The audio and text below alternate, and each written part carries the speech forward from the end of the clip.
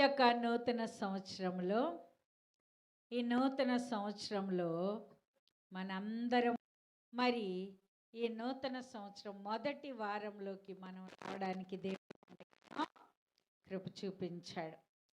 ఈ మొదటి వారంలో మనం దేవుడిని ప్రార్థిస్తూ ఉన్నాం, స్తుతిస్తున్నాం. ఇంకా ఎక్కువగా దేవుని వాక్యాన్ని మనం చదువుకోవాలి. ఏం చేయడం నేర్చుకోవాలి? వాక్యాన్ని చదువుకోవాలి. ఎంతగా మనం వాక్యాన్ని చదువుతామో అంతగా దేవుడు మనల్ని బలపరుస్తూ ఉంటాడనమాట. మరి జ్ఞానంతో నింపబడుతూ ఉంటాం. దేవుని వాక్యం చదివినప్పుడు అనేకమైన ఆశీర్వాదాలు దేవుడు మనకి ఇస్తూ ఉంటాడు. దేవుని వాక్యాన్ని సంవత్సరంలో మనం పూర్తి చేయాలి అని అంటే రోజుకి 3 అధ్యాయాలు చదవాలి. ఎన్ని అధ్యాయాలు చదవాలమ్మా? 3 అధ్యాయాలు చదవాలి.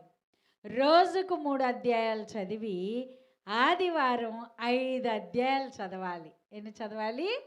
5 అధ్యాయాలు చదవాలి. అంటే ఆదివారం సాయంత్రం మనం ఖాళీగా ఉంటాం కాబట్టి చదువుకున్న పిల్లలు అందరూ కూడా ఈ రీతిగా చదివినట్లయితే ప్రతిరోజు ఆ రీతిగా చదివితే సంవత్సరంలో మొదటి నుండి చివరి వరకు మనం నేర్చుకోగలుగుతాం, చదవగలుగుతాం. మరి ఆ రీతిగా ఈ నూతన సంవత్సరంలో ఈ రోజు నుండే మనందరం మొదలు పెట్టాలి. అందరూ చదవాలి. ఏదో కొంచెం చదివి కొన్ని రోజులు చదివి వదిలేసేవారిలాగా కాకుండా అందరం కూడా చదువుతూ ఏవైనా అనుమానాలు లేకపోతే ఏదైనా డౌట్స్ ఉంటే దేవుని సేవకులను అడిగి తెలుసుకోండి. మరి ఆ రీతిగా మనము ఆత్మీయంగా బలపరచబడతాం. కాబట్టి మనం వాక్యాన్ని చదవడం అలవాటు చేసుకోవాలి. వాక్యాన్ని చదవాలి. మరి ఈ వాక్యంలో చక్కగా పాత నిబంధన, క్రొత్త నిబంధన అని 2 ఉంటాయి అని మనం నేర్చుకున్నాం. దేవుడు పాత నిబంధనకి క్రొత్త నిబంధనకి ఎలా వచ్చాడని నేర్చుకున్నాం? మధ్యవర్తిగా వచ్చాడు. పాత నిబంధనకి క్రొత్త నిబంధనకి మధ్యవర్తిగా వచ్చాడు. పాత నిబంధన ఎన్ని గ్రంథాలు? 39 గ్రంథాలు. క్రొత్త నిబంధన ఎన్ని గ్రంథాలు? 27 గ్రంథాలు. మొత్తం కలిపి ఎన్ని? 66. మరి ఈ రీతిగా మనం దేవుని వాక్యాన్ని నేర్చుకోవాలి. అలాగే పాత నిబంధనలో మొట్టమొదటిగా ఆది కాండం నుండి మనం మొదలు పెడుతూ వచ్చాం. మరి అనేకమైన సంగతులు నేర్చుకుంటూ వచ్చాం. మరి ఆ కాండాలు ఎన్నని చెప్పుకున్నాం? 5 కాండాలు. 5 కాండాల తర్వాత మరి దేవుని వాక్యంలో మనం చక్కగా కొన్ని లెటర్స్ ద్వారా మనం 39 కూడా నేర్చుకున్నాం. 5, 12, 5, 5, 12 అంటే 5, 12 మరలా 5 మరలా 5, 12 అందరికి వచ్చేసినాయి కదా? చెప్పండి. 5, 12, 5, 5, 12 చిన్నపిల్లలందరూ చెప్పాలి. 5, 12, 5, 5, 12 దేవుడు చక్కని ఆలోచనతో మనకి గ్రంథాలు ఇస్తూ వచ్చాడనమాట. మొట్టమొదటి 5 గ్రంథాలు ఏంటంటే కాండం. ఏంటది? కాండం. కాండం అంటే ప్రతి మొక్కకి మొదలన్నమాట. ఈ కాండం ఎలా ఉందంట? పటిష్టంగా ఉంది. దాన్నే ఈ 5 గ్రంథాలని ధర్మశాస్త్రం అని కూడా అంటారు. ఈ ధర్మశాస్త్రాన్ని మనం పాటిస్తూ ఉండాలి అని పాత నిబంధన కాలంలో రాసి ఉంచారన్నమాట దేవుడు. ఈ ధర్మశాస్త్రం అంటే ఏంటది? ఈ 5 కాండాలు గుర్తుపెట్టుకోవాలి అందరూ. ఈ 5 కాండాలు మోషే కాలంలో రాయబడినాయి. ఈ 5 కాండాలు కూడా ఒక్కొక్కటి ఏ ఏ నియమాలు కలిగి ఉన్నాయో అవన్నీ కూడా రాసి ఉంచాడు. అయితే దేవుడు క్రొత్త నిబంధన కాలం వచ్చిన తర్వాత దేవుడు వాటిని నెరవేరుస్తూ, వాటిని కొన్నిటిని కొట్టివేస్తూ దేవుడు మన జీవితాలకు స్వేచ్ఛను అనుగ్రహించాడు. దేవుడు ఎలా వచ్చాడని మనం నేర్చుకున్నాం. ఇమ్మానుయేలుగా దేవుడు మనకి వచ్చాడు. దేవుడు మనకి తోడుగా ఉండడానికి పరలోకము నుండి భూమి మీదకి దిగి వచ్చాడు. మనకి తోడుగా ఎందుకు ఉండాలి అంటే, ఈ లోకంలో ఎన్నో ఇరుకులు, ఎన్నో ఇబ్బందులు. ఈ దిన వాక్య భాగంగా మనం చదువుకున్న వాక్య భాగాన్ని 18వ అధ్యాయాన్ని చదువుదాం. యెహోవా నా బలమా, నేను నిన్ను ప్రేమించుచున్నాను.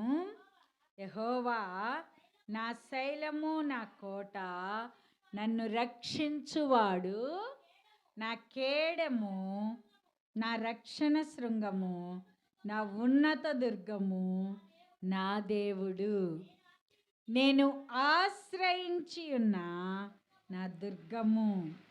కీర్తనీయుడైన యెహోవాకు నేను మొర్రపెట్టగా. చాలమ్మా. ముందుగా ఆ యొక్క భక్తుడు చెప్తా ఉన్నాడు, దేవుడు నా దుర్గము, నా శైలము, నా కోట, నా ఆశ్రయము, నా బలము, నేను ఆయన్ని ప్రేమిస్తున్నాను. ఈ నూతన సంవత్సరంలో నువ్వు ఆయన్ని ప్రేమిస్తున్నావా? అయ్యా, నువ్వు ఆయన్ని ప్రేమిస్తున్నావా? తల్లి, నువ్వు ఆయన్ని ప్రేమిస్తున్నావా? ఆయన్ని ప్రేమిస్తే నువ్వేం చేయాలి? ఆయన సన్నిధిలో ఉండాలి. ఆయన సన్నిధిలో వాక్యం చదువుకోవాలి, ఆయనకు ప్రార్థన చేయాలి, ఆయన్ని నువ్వు ప్రేమించాలి. ఈ 3 చేస్తే కానీ ఆయన ఏం చేస్తాడంట? నీ కొండగా ఉంటాడు, నీ కోటగా ఉంటాడు, నీ బలముగా ఉంటాడు, నీ ఆశ్రయంగా ఉంటాడు, నీ దుర్గంగా ఉంటాడు. నీకు ఈ లోకంలో తోడుగా ఉంటానని వాగ్దానం ఇచ్చి ఇమ్మానుయేలుగా ఈ లోకానికి వచ్చాడు. మరి ఎలాగా తోడుగా ఉంటాడు? తన భక్తుడు మాట్లాడుతూ ఉన్నాడు, ప్రభువా నీకు నేను ప్రార్థన చేస్తున్నానయ్యా, నీకు మొర్ర పెడుతున్నానయ్యా, నీవు నా బలం, నా కొండ, నా కోట, నా ఆశ్రయ దుర్గం నీవయ్యా, నేను నీకు మొర్ర పెడుతున్నాను అని చెప్తున్నాడు. మనం దేవుని సన్నిధికి వచ్చిన మనం ఏం నేర్చుకోవాలంటే, ఆయన సన్నిధిలో ఏం చేయాలమ్మా? మొర్ర పెట్టాలి. ఆయన సన్నిధిలో ప్రార్థన చేయాలి. ఆయన సన్నిధిలో నువ్వు వాక్యం వినాలి. వాక్యాన్ని ఎలా వినాలి? శ్రద్ధగా వినాలి. వాక్యాన్ని శ్రద్ధగా విని వాక్యానుసారంగా ఆయన సన్నిధిలో మొర్ర పెట్టాలి, ప్రార్థన చెయ్యాలి. అలాగాని ప్రార్థన చేస్తే దాని కింద చదువుదు, ఆయన నా శత్రువుల చేతిలో నుండి నన్ను రక్షించునమ్మా. నాకు శత్రువులు ఉన్నారని నీకు భయమేస్తుందా? ఆయన నీకు తోడుగా ఉండి నీ శత్రువుల నుండంట ఆయన ఏం చేస్తాడు? రక్షిస్తాడు. ఒకవేళ ఈ లోకరీత్యా శత్రువులు లేకపోతే ఏకైక శత్రువు ఒక ఆయన ఉన్నాడు. ఎవరతను? సాతాను. సాతాను ఈ లోకంలో మనందరికీ కూడా శత్రువుగా ఉన్నాడు.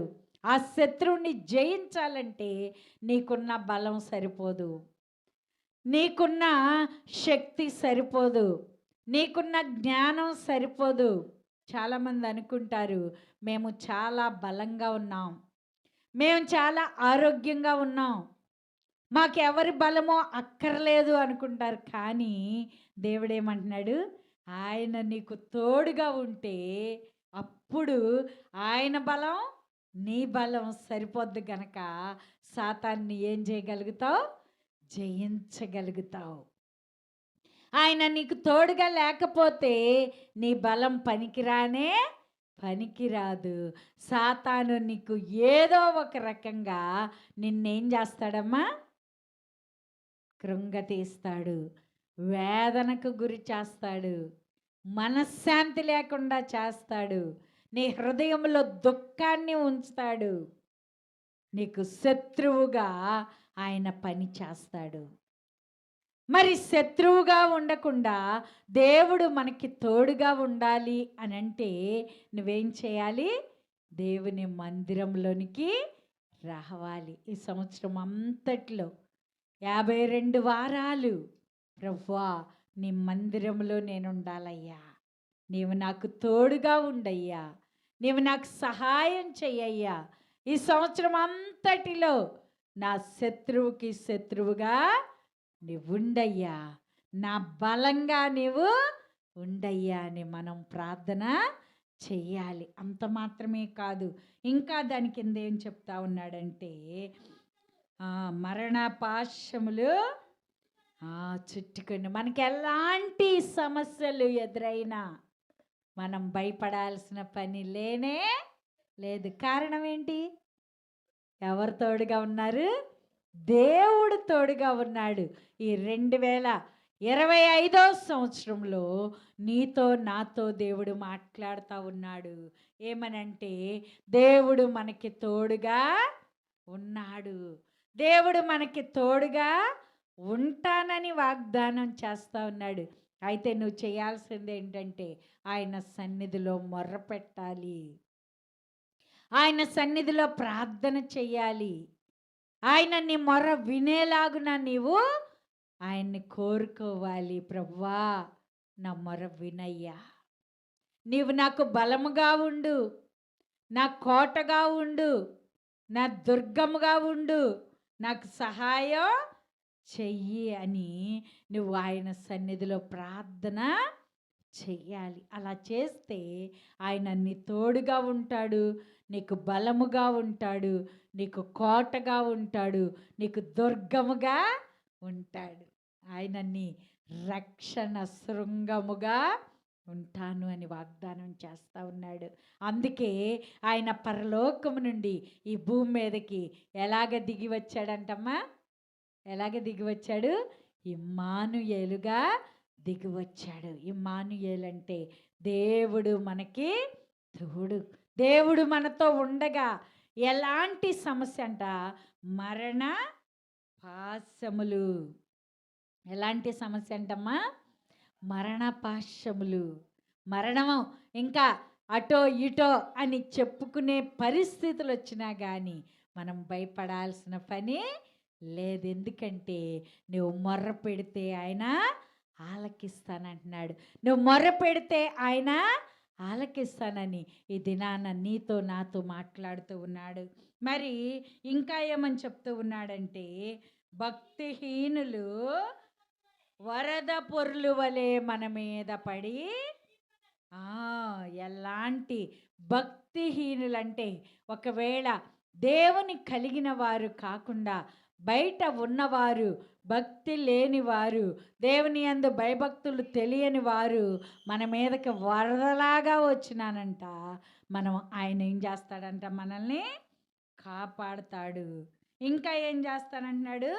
పాతాళపు పాశ్యములు నన్ను అరికట్టగను, మరణపు ఉరులు నన్ను ఆవరింపగను. నా శ్రమలో నేను యెహోవాకు మొర్రపెట్టి తిని నా దేవునికి ప్రార్థన చేసేది. ఆయన ఏం చేశాడంటమ్మా? ప్రార్థన చేశాడు. మరేం చేయలా? లంచం ఇవ్వలా, లేకపోతే కొంతమంది మన బంధువుల్ని వెంట పెట్టుకొని ఫైటింగ్కి వెళ్ళలా, లేకపోతే నాకు ఇంత బలగం ఉంది అని ఆయన ఏమీ చూపించుకోలా, నాకు ఇంత ధనం ఉంది అని ఏమీ చూపించుకోలే. ఆయన కలిగిన ఏవి కూడా చూపించలేదు. కానీ ఆయన ఏం చేశాడంట? ఆయన ప్రార్థన చేశాడు. ఒకవేళ ఈ లోకంలో నేను ఒంటరి దాన్ని, నేను ఒంటరి వాడను, నేను నిరాశలో ఉన్నాను, నాకు ఈ లోకంలో సహాయం చేసేవారు ఎవ్వరూ లేరనే బాధలో ఉన్నవా? దేవుడి దినానేం మాట్లాడుతూ ఉన్నాడంటే నువ్వు ఏ బాధ పడవలసిన పని లేదు. నువ్వు ప్రార్థన చేస్తే చాలు. నువ్వు నేర్చుకునేది ఏంటంటే ప్రార్థనే. ఎక్కడ చెయ్యాలి మరి? ప్రార్థన ఎక్కడ చేయాలని చెప్తూ వచ్చాడంటే ఎక్కడ ఆలకిస్తాడంట ఆయన ప్రార్థన? ఆయన తన ఆలయములో ఆలకించి నా ప్రార్థన అంగీకరించి నేను చెప్తా ఉన్నాడు, సాక్ష్యం చెప్తా ఉన్నాడు. అమ్మా, ఎవరైనా నిరాశలో ఉన్నారేమో, ఎవరైనా శత్రువులు మీ పైన దాడి చేస్తున్నారేమో, ఎవరైనా మీ పైన భక్తిహీనులు పోట్లాడుతున్నారేమో, మీరెవ్వరూ భయపడాల్సిన పని లేదు. నేనేం చేశానంటే ప్రార్థన చేశాను, అన్నీ కూడా దూరపరిచేశాడు. మీరు కూడా ఏం చేయాలంటున్నాడు? ఆయన మందిరంలోకి వెళ్ళి ఏం చేయాలంట? ప్రార్థన చెయ్యండి. మనకి సలహా చెప్తున్నాడు, ఆయన సాక్ష్యం చెప్తున్నాడు. మీరు కూడా ఆయన ఆలయంలోకి వెళ్ళి ప్రార్థన చేయండి. అదే సమస్య అయినా ఏమవుద్దంట? తీరిపోద్ది. ఏ సమస్య, ఏ బాధ, ఏ వేదన ఏదైనా సరే తీసివేసే శక్తి ప్రార్థనకి ఉంది. మీరు మొర్ర పెట్టండి. ఆ పైన అంటున్నాడు, మీరు మొర్ర పెట్టండి. మొర్ర పెట్టడం అంటే ఏంటమ్మా? ప్రార్థన చేయడం అంటే ఏంటి? మొర్ర పెట్టడం అంటే ఏంటి? బా, నిజంగా దేవుని సన్నిధిలో మాటి మాటికి చేసే ప్రార్థన. ఒక్కసారే ప్రార్థన చేసి ఇక నా కోరిక దేవుడు తీర్చలేదు, ఇంకా నా మొర్ర, నా నా ప్రార్థన దేవుడు ఆలకించలేదు అని మెదలకుండా ఉండడం కానే కాదు. ఆయన సన్నిధిలో మాటి మాటికి ప్రార్థన చెయ్యాలి, విసుగక ప్రార్థన చెయ్యాలి, ఆయన సన్నిధిలో మొర్ర పెట్టాలి. ఆయన సన్నిధిలో మొర్ర పెడితే దేవుడు తప్పకుండా మన కోరిక తీరుస్తాడు, మన ప్రార్థన ఆలకిస్తాడు, మనకి సహాయం చేస్తాడు, దేవుడు మనకి నెమ్మదిని ఇస్తాడు. నిజంగా ఆ రీతిగా మాకు నెమ్మది కావాలి అన్నవాళ్ళు హృదయాంతరంగాల్లో నుండి దేవునికి ప్రార్థన చేసుకోవాలి. ప్రభువా, ఈ 52 వారాలు నీ మందిరంలోకి మేము రావాలయ్యా, నీ మందిరంలో మేము ప్రార్థన చేయాలి. ఏ వారం కావారమే ఏ అవసరతలు ఉన్నాయో ప్రతి అవసరత కొరకు దేవుని సన్నిధిలో ప్రార్థన చెయ్యాలి. ప్రతి అవసరత కొరకు దేవుని సన్నిధిలో ప్రార్థన చేసి పొందుకోవాలి. ప్రభువా, నన్ను ఈ సంవత్సరం అంతయు కాచి కాపాడు. నీకు అనారోగ్యం ఉందా? దేవుని సన్నిధిలో ప్రార్థన చేయి. దేవుడు నీకు ఓపిక ఇచ్చేటట్టుగా ప్రార్థన చేయి, నీకు శక్తినిచ్చేటట్టుగా ప్రార్థన చేయి.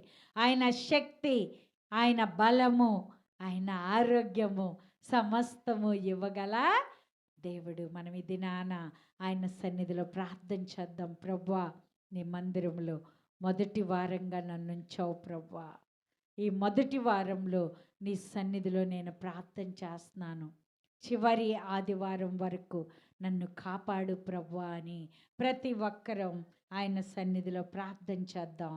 దేవుడి చిన్ని వాక్యాన్ని దీవించునుగాక. ప్రార్థన చేసుకుందాం.